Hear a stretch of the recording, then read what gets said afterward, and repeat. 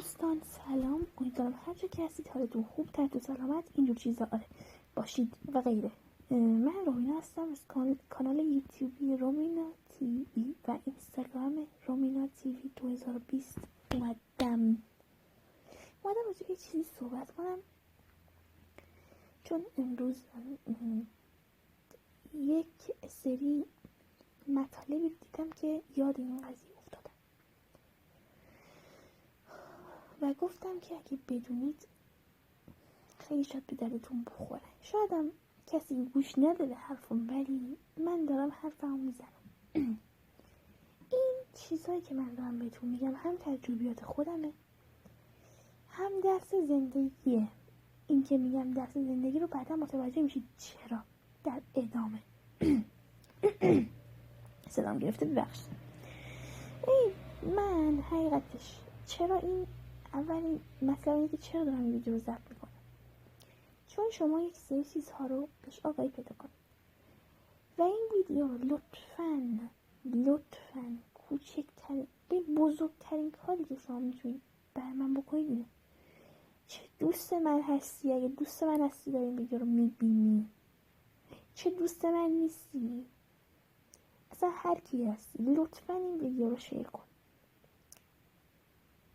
شاید به درد خیلی خورد، شاید به اطلاعات عمومی خیلی افزود که تو دام همچین چیزهایی نیفتن و جیب یک سری از کلاهبرداران پرپول نشه.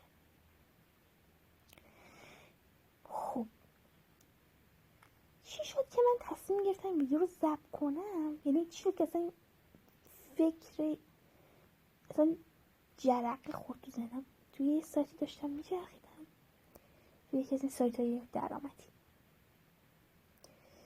که این تبلیغای سایت ها رو دیدم و یهو به ذهنم رسید که این ویدیو رو ضبط کنم.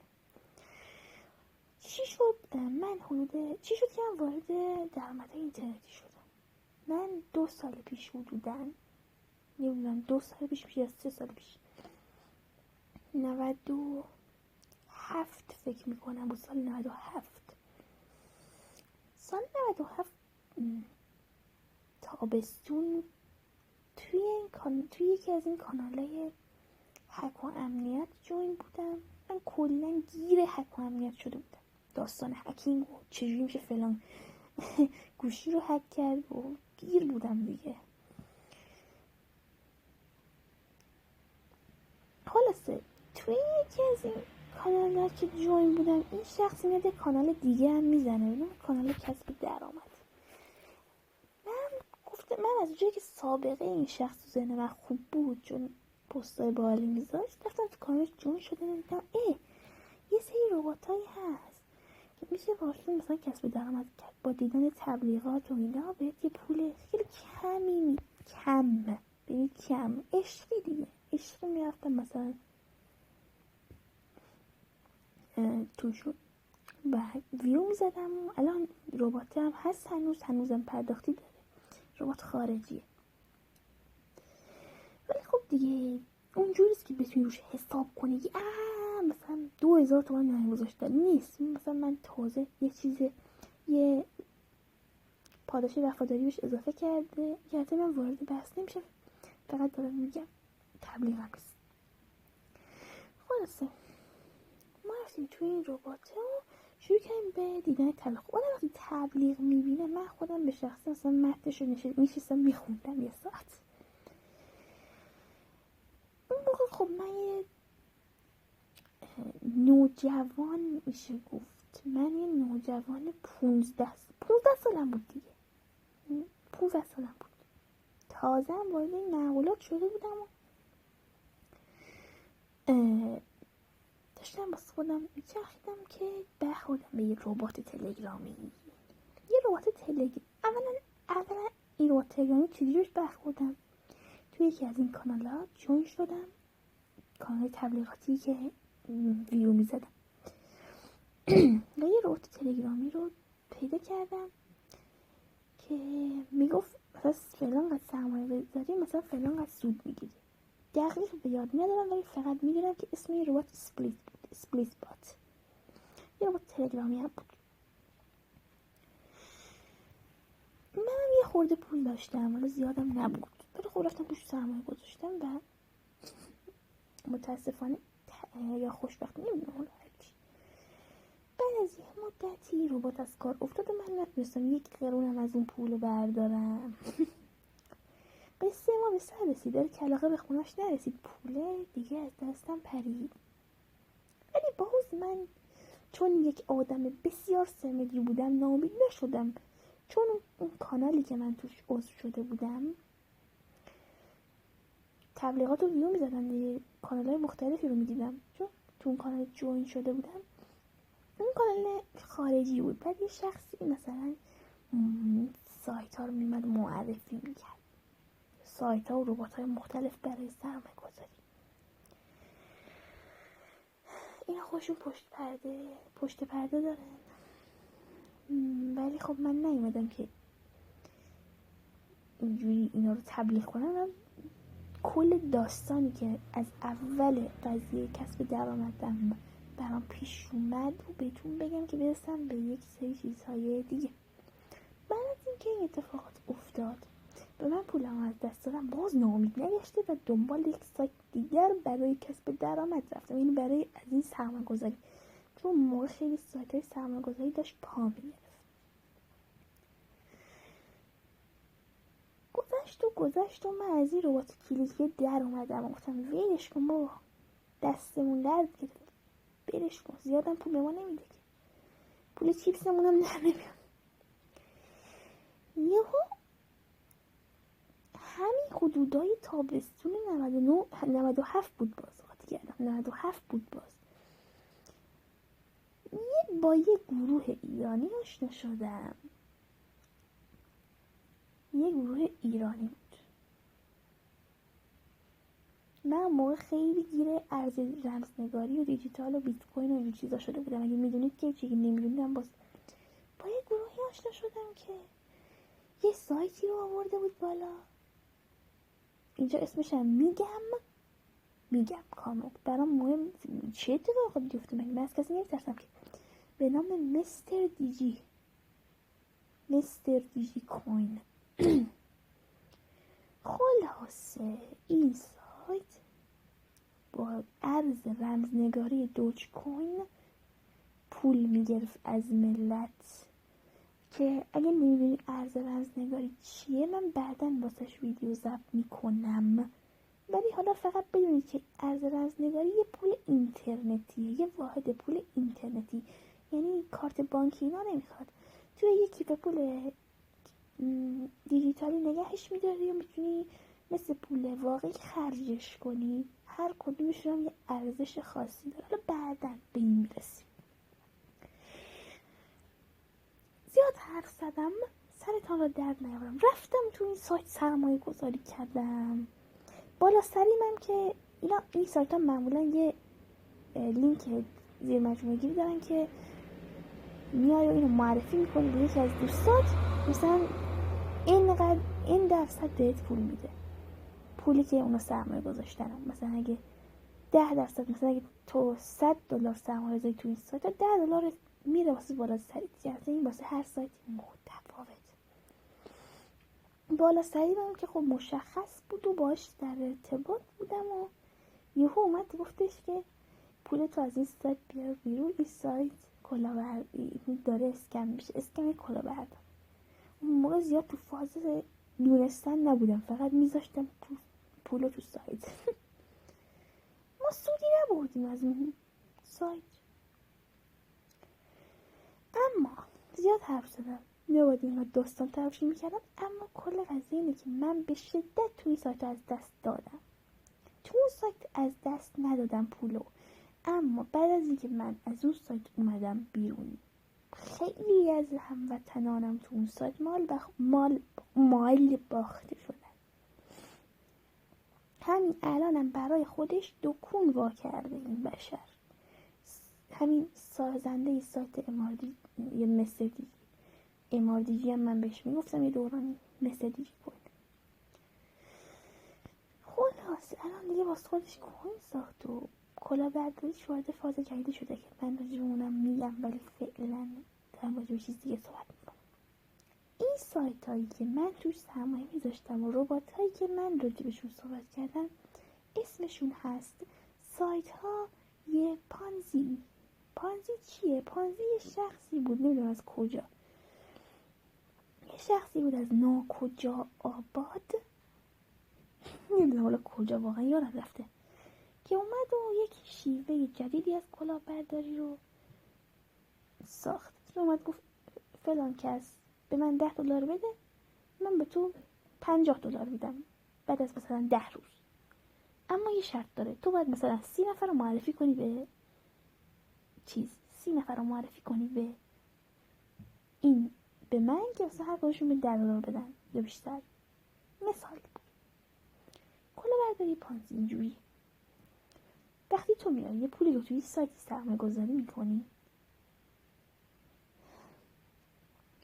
اولا که ادعاهای خیلی زیادی میکنن، ادعای الکی، ما ترید میکنیم، ما معامله میکنیم، ما نمیدونم تو بورس نزدک آمریکا یه چیز گنده معمولا میگن که ملت جذب شن. منم هدفشون آدمایی که سواد آنچنانی ندارن، سواد رسانه‌ای ها، نه سواد خوندن نوشتن، سواد رسانه‌ای ندارن. میگن آقا بیا فلان کن، مطمئنم دزدی بنز تو سواری. این سایت ها ادعاشون عجیب غریبه و سودهای ثابت دارن. سود ثابت یعنی چی؟ یعنی ماهی 30%، ماهی 20%، ماهی 10%. سیستم بانکی ما هم نوعی پانزیه، چون سود ثابت میده و اینجوری نیست، نوعی پانزیه. سود ثابت دادن همیشه نشانه پانزیه، به خاطر اینکه هیچ وقت تو کلاهبرداری هیچ وقت توی مارکت واقعی و سالم سود ثابت نیست. یه بار طرف 80% سود می‌کنه، یه بار طرف 30%، یه بار طرف 10%.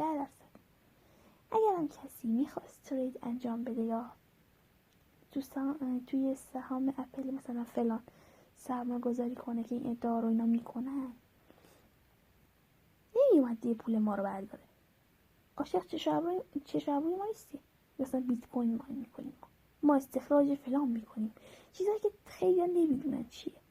میگن حالا که ما نمیدونیم چیه، چیز باحالیه، بریم سرمایه گذاری کنیم. میرم 600 میلیون ماشین هم میفروشم، میام بذارم توی سایت. ای بابا پول ما که ارزشش داره کم میشه، بذار برم بذارم توی سایت، شاید چیزی دستمون رو گرفت. یه سری چیزا برمیگرده به خیلی چیزا برمیگرده به ضعف اقتصادی، خیلی چیزا برمیگرده به ناآگاهی ملت. اون ناآگاهی ملت رو خیلی دارن در طرفش میکنن و امیدوارم به این خیلی افزوده بشه. اما کل داستان این بود. اینا چجوری سود میدن؟ خب اینا اینجوری سود میدن که وقتی شما میاد یه پولی رو سرمایه میذارید توی یه سایت پانزی، اینا هر روز مثلا 100 نفر داره میاد تو سایتشون دیگه و سرمایه میذاره. تا زمانی که این هرم رو به رشده، این سایت پرداختی میکنه.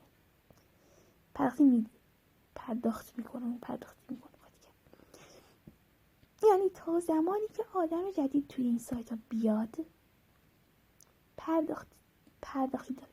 شما یادتونه دوران گولد کوست و این شرکت هرمی رو قشنگ این مدل اینترنتیش دیگه و مدل چیزش، مدل جدیدش میانو حتی زمانی که آدم توی این سرویس ها بیاد این سایت پرداختی خواهد داشت. چرا؟ چون این سایت ها به قولی مانی گیم میکنن. یعنی چی؟ یعنی میان با پول آدم هایی که توی این سیستم میان بازی میکنن، در واقع هیچ سوداوری ندارن، فقط تنها سوداوریشون پول ملته. تهش هم کی برنده میشه؟ صاحب سایت. هیچ کی دیگه برنده نیست. بالایی هم البته چرا اون بالایی هم خیلی.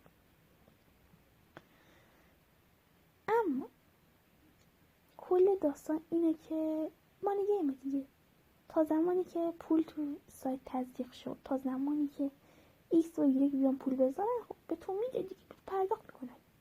داره که بده، اما بعد از اینکه هرم بریزه هیچی نیاد تو سایت دیگه پرداختی نمید. البته نمیشه گفت همیشه یه همچی روالش ممکن تغییر کنه. یعنی چی؟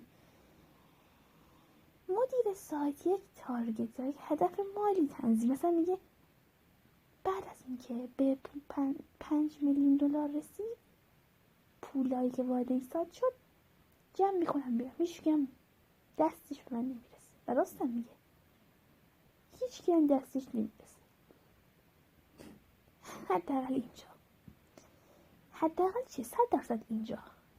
جاهای دیگه برخورد دارن، حداقل اینجا نه.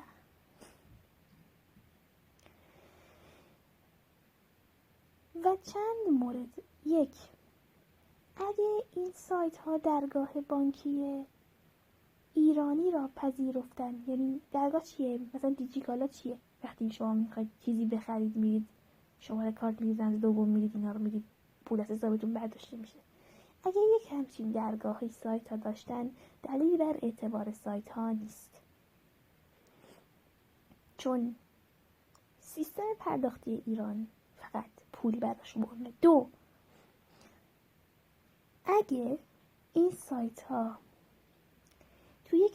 توی سایت های معتبری، مخصوصا سایت های خبرگزاری مثل فارس، خبرگزاری فارس، چه میدونم تابناک و این مدل سایت ها، دنیای اقتصاد، این سایت های معتبری که بالان تو گوگل سئو بالایی دارن، بازدید بالایی دارن، اگه این سایت توی این خبرگزاری ها تبلیغ بشه، باز هم دلیلی بر اعتبار این سایت ها نیست و این سایت ها از اساساً پانزی هستن.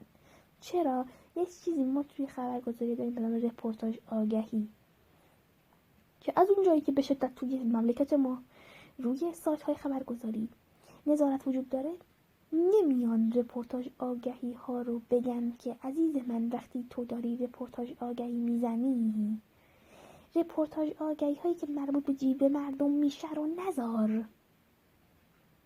خب طرف میبینه تو سایت معتبر خبرگزاری یه سایتی رو اومدن تبلیغ کردن و خب معمولا هم نمیدونن که این رپورتاج آگهیه، بزنن هم کسی توجه نمیکنه. کل قضیه اینه که طرف میگه وای بیام برم پول بذارم، این دیگه آخر قضیه، دیگه فرق تموم شد، 2 روز دیگه ممکن این سایت بره. شما هیچ تضمینی نمیتونید بدید که این سایت ممکن 10 سال بمونه. یه روز دیگه 2 روز دیگه امکان داره، اصلا 1 ثانیه دیگه ممکن سایت ببنده بره، خلاص تمام. پس یکی اگه توی درگاه بانکی ایرانی داشت، یعنی با کارت شتاب هم میتونستید پرداخت کنید، این سایت دلیلی بر اعتبار سایت نیست. رپورتاج آگهی دیدید توی سایت های معتبر، دلیلی بر اعتبار. رپورتاج آگهی اصلا چیه؟ نگفتم. اینا یک بخش درآمدی تو سایت های خبرگزاریه که میان میگن فلانی فلان قد بهم پول بده، من مطلبی که تو به من میدی میذارم تو سایتم. خیلی هم چیز جذاب و باحالیه، چون از تو سایت حذف نمیشه. توی گوگل هم که اینا سئو دارن، سئوشون بالا، بازدید بالا، صفحه اول گوگل قشنگ سایت دیده میشه، قشنگ بپر قشنگ میتونن کلاس بذارن و اینجور چیزا. ولی خب دیگه خبرگزاریه که براشون مهم نیست و خیلی چیزا نمیشه گفت متاسفانه. رپورتاج آگهی ها هم که سایت های این مدلی هیچ برکتی ندارن، حتی اگه سود بدن، حتی اگه شما سود بگید. ببین من از نظر اسلامی هم دارم نگاه نمی کنم، از نظر انسانی. ببین داری پول یک هموطن دیگر رو میگیری، تمامش همینه، هیچ برکتی نداره، تهش درد میخوره بدید. اینو منی دارم میگم که شاید میلیونی از دست دارم، اونم 1-2 میلیون نه بیشتر.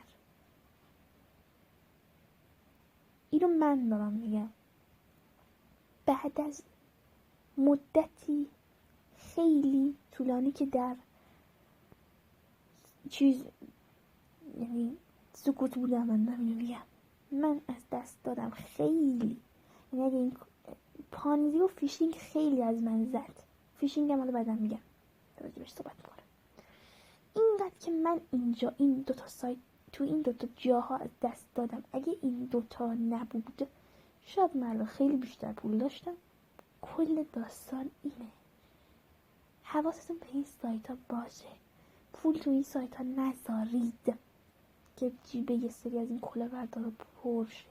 یعنی واقعا دیگه رسونده باشم دیگه. این سایت ها میام فقط با پول شما بازی میکنن. من یه ساعت دارم اینجا حرف میزنم که کل اینو بگم. هیچ سوداوری نداره و هیچ مارکت سالمی بی ضرر نیست.